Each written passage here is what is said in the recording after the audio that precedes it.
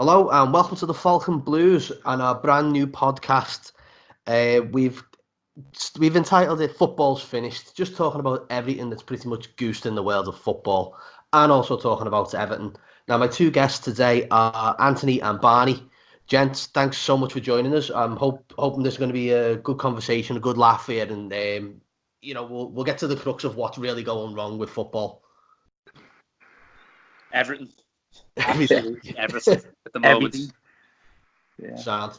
Okay, well, in the categories today, we've got Everton in general, as you just pointed out. What's going wrong with Marco Silva's side this season? Where's it going wrong in terms of is it on the pitch? Is it off the pitch? Is it problems with the board? Is it is it problem with the players? Is it the coaching staff? We'll go through all that and we'll give a good analysis of everything that's going wrong with Everton there.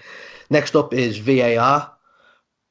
Everything's going wrong with VAR at the moment, and it's particularly affecting Everton, which we've seen. It's also affecting other teams, but who would have thought?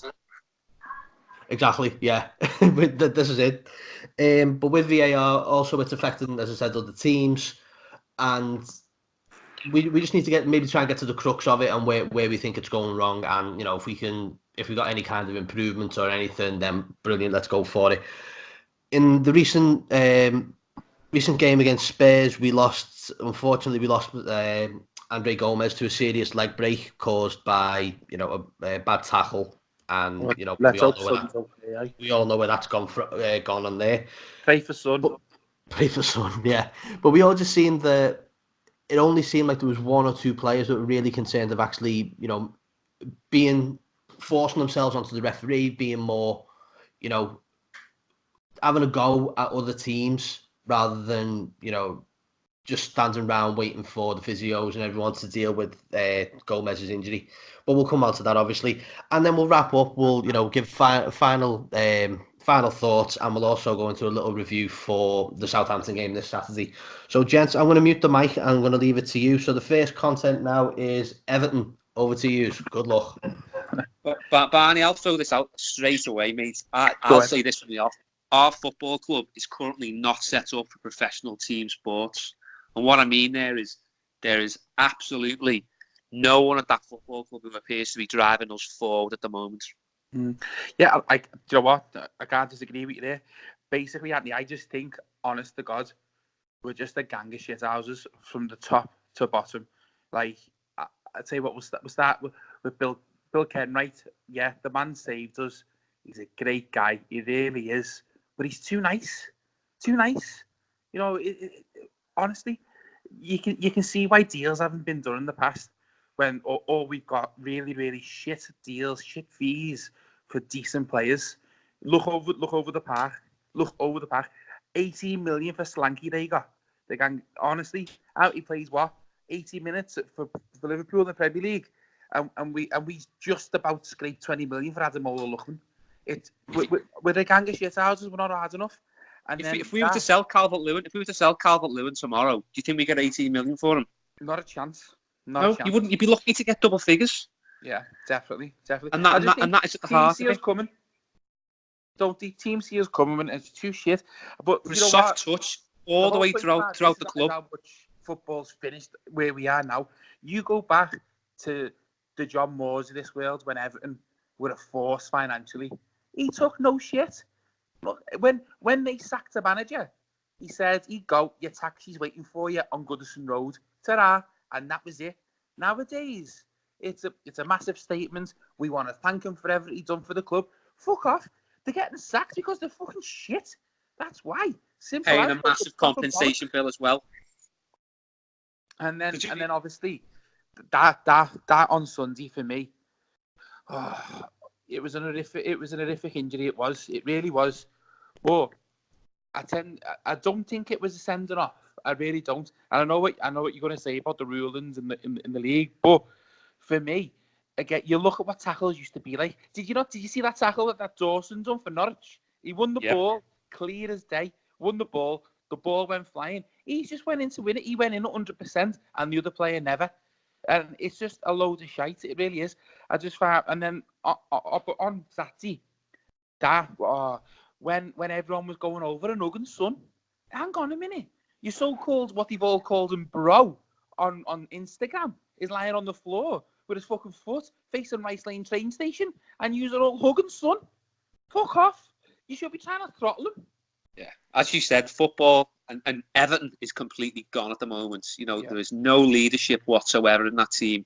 I accept that, they're a relatively new squad. I think people may accept that, but there are a lot of experienced internationals there, and not one of them comes anywhere near the likes of Phil Neville, David Weir, and Alan Stubbs, who really led this football club. I accept during those periods we weren't great. We're not great now, but the big difference now is we haven't got a leader. We used to have a leader. Yeah, exactly. If this football club is going to be successful, which I hope it is, somebody needs to take on that mantra of the leader. Someone has got to drive this group of players forward, because at the moment there's no one there to do that at all. There's no one there to do it on the pitch. The only person that stood out to me on Sunday was Luca Dean. I mean, he had a go at the Tottenham bench, and he was actually having a go at them. It took one of the Everton coaches to drag him away, because all their physios just sat on their asses watching Gomez on the floor. They didn't get up to help at all. Now, if that was us, I guarantee the Everton doctor from fucking Fazackley would have been there and telling you now. He'd have run on and helped. I just think we're just too nice. It's just ridiculous. It really is. I can't get over. All right, it's a nice thing what Coleman done to go in, and because obviously Coleman went through it. But first and foremost, I'd be kicking the door down, having a right go at me, because although it wasn't technically a red card, what he done it in revenge. He knew what he was doing. He had to go at Wooby before that. He had intent to foul him. That was it. He had intent to foul him, and due to that intent, it was an horrific injury. I'd have tried to volley him up and down the pitch on that day. I really would have, with his little fucking crocodile tears. Get the fuck. I mean, the thing that really, really winds me up at the moment is I can tell from your voice you're the same as me. I am angry. This is probably the most angry I've been as an Evertonian for a while over the last couple of days. But the club, I don't think they appreciate or realise how frustrated and angry we are. They just haven't got a clue. No. And I think that the club have got to appreciate and realise that. It's just continual, just absolute dross. It is. Right. And I'm not just talking about on the pitch, outside as well. There's absolutely no leadership whatsoever. No one today. The media have driven this Son agenda. Everyone's going to be forgetting about Gomez. Come Christmas. No, he'll be the forgotten man over all this. Yeah, definitely. Football's finished for Everton, innit? I just want to point out here, lads. I know we've mentioned it before, but Son's actually had that overturned now as well. Well, you know what though? Yeah, and rightly so, because it wasn't a red card for me. It wasn't. It was a yellow because it was a professional foul. He wasn't last man. But that's not my issue. Intent. Yeah, but that's not my issue. My issue is our players afterwards. That's my issue. It's how our players reacted. I mean, you've probably seen this week the Peter Reid tackle doing the rounds on Twitter. Yeah. I mean, can you imagine? Yeah, exactly. An inch he missed out on his ear. Can you imagine that nowadays? Really? Yeah. It's ridiculous, man. That's what we need. Somebody like that. But that takes us on to our next point, though, doesn't it? Like VAR, and then if that was a tackle, nowadays that'd go up to some dickhead sitting 110 mile away, and who's never played the game in their life, and you can tell they've never played the game by the way they fucking run with a straight back, the whoppers. He'd give that as a red card. Simple as. Yeah, I mean VAR. I mean, it's in its infancy, isn't it? And there's probably always going to be teething. There was always going to be teething problems with it, and it's just sod's law that it had to be against Everton. These teething problems would not happen against Liverpool, Man United, Chelsea, or Arsenal. We got done. You say that. Look at that offside, though. I mean, as much as how happy I was that we ain't given, and how much he was blatantly offside there. But that's a piss take as well. How can you be offside by an armpit? How? No, whatever happened to giving the striker the benefit of the doubt? I'd say he was a good armpit offside, actually, Barney. But, it's just a piss take, lads, isn't it? I can't stand VAR.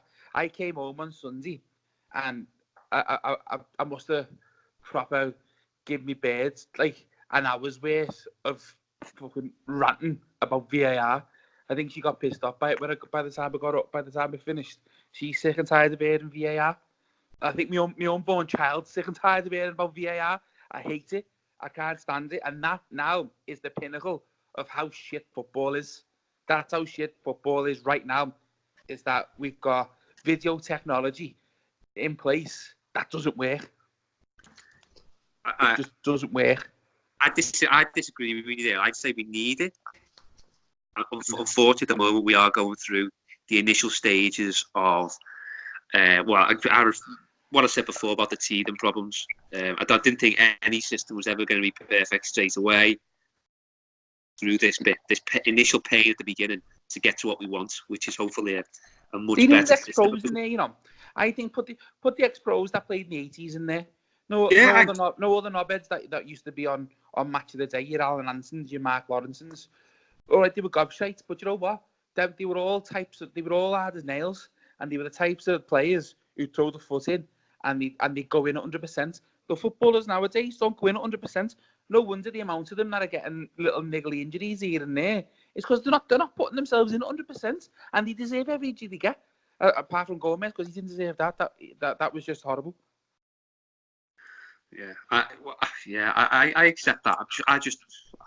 They do need to put, people who have played the game maybe in that VAR room with a little bit more oversight than who they've got now.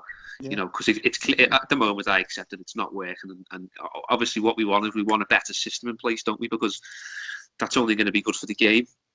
We're the best league in the world with the worst officials in the world, and that's the top of, that's the crust of it, because these people don't know the game. They don't know how to play it. They don't know how to tackle. I bet you play them 5-a-side, they run away from you rather than run to you. You know what I mean? They haven't got a clue. None of them. The officiating in this league, it's disgusting. It really is. And that's the thing as well. You can see some great matches, but I guarantee still the hot topic would be a decision by the referee, a penalty, VAR, a card that should have been, or a card that was given that shouldn't have been. It's always about the officials. Always. And I thought we got rid of the shit referees. I mean, you've only got to look at Mark Clattenburg, who's got tattoos on his arms. And I'm not being funny, but football's finished. Refereeing is finished. Yeah, tattoos on his arms. Is he having a laugh? Where did he go? Qatar on what? An £18 million a year contract to referee over there? And he's got tattoos. What is it? The Euros, the World Cup, or the Champions League final? They done. Behave. Yeah. Behave. Gobshite, did he? And he's another one, though, isn't he? It just angers me that honestly football right now is angering me. It really is. And you're right about these football players being soft. I think Roy Keane said it recently, didn't he? Where they're more concerned with the tattoos, the haircuts, the wash bags than they are with playing football. The mollycoddle these footballers. Honestly, the footballers nowadays are pussies. Simple as. They couldn't. If you put them on a Sunday League side, they wouldn't be able to last. They really wouldn't. They'd get crunched. They'd be rolling around on the floor. Richarlison's the worst for it. Richarlison gets a gust of wind and goes down holding the lip. Fucking get up. Chase back. Show that you're a bit of a man. We have a high pain threshold, humans. Use it. I think Evertonians have a high pain threshold as well. Oh, gents, I hope you've really, really enjoyed that therapy session of just letting rip for the last 10, 12 minutes there. Well done. So, yeah, it looks like, to you guys, football is definitely finished. There's a lot there's a lot to change. There's a lot that needs doing. There's a lot that isn't going to change it's not going to change ever, I don't think. I think this is just the way football goes nowadays. But I think we'll come on to that at another podcast when we start looking at, see how more results go out, if they're going our way, if VAR is still taking over games, if referees are still being and even other teams, don't forget other teams. If you want to send us a few comments and even one night join in on a podcast, you're more than welcome to come and join on and give your point about of course. and if you feel football's finished as well. Sounds because wasn't the one a couple of weeks ago. It was United Norwich, where I think it was the centre half got sent off or they got a penalty, and he was the one who was fouled in the box, but VAR gave the penalty. Yeah, Norwich scored from it, didn't he, or something? No, United got the penalty. Decision. United got the penalty. See, it's comical. It's absolutely crackers. You know what? You can accept human error. You really can, and that's why I don't think you need VAR, because it's human error, and you can accept that. You can see it's a human error. They've made a mistake, but with this VAR, now it's just highlighting how shit they are at refereeing. I think a lot of the time when you look at VAR, it goes to because it's three people watching it, isn't it? And they watched the Dele Alli penalty 26 times apparently between three of them. I reckon it's a shout like who's like a vote, like whoever yes or no. It's like, and if two raise their hand for no, then they don't give it. I think it's like jury service, and everyone has to put yeah or no in it at. Exactly. The majority wins. Raise your hand if you think it was a penalty. It's got to be something daft like that because they never show them, and they just show them staring at a monitor like they're thick or something. They just don't want to take responsibility, Dave. That's it. Do you reckon they do like warm-ups as well beforehand? Do you reckon they like run the room as well beforehand? They do like tapping exercises on a keyboard or something. Next around. All right, so finished. We've compare the size of so we'll compare wrap the this size up. of the flags. We'll take it to a wrap up now then, boys. So give us your thoughts for the weekend. Southampton away. Anthony, your thoughts on this one? 6 points in November. Who would have thought it, having spent all that money in the summer?